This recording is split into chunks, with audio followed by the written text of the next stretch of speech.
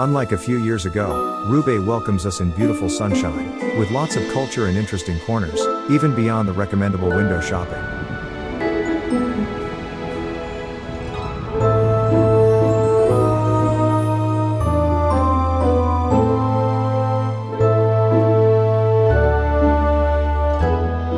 In addition to the recommended window shopping, we focused on 3 cultural highlights this time.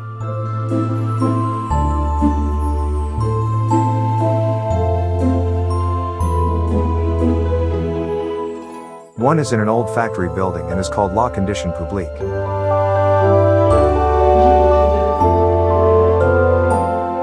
International contemporary art and current social issues really caught us.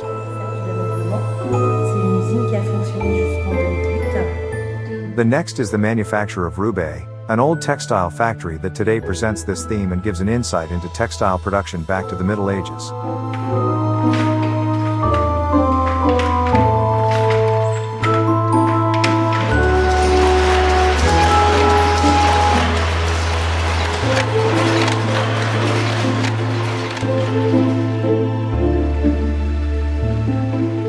The third highlight is La Piscine, which is a very artistic approach to the integration of culture and society.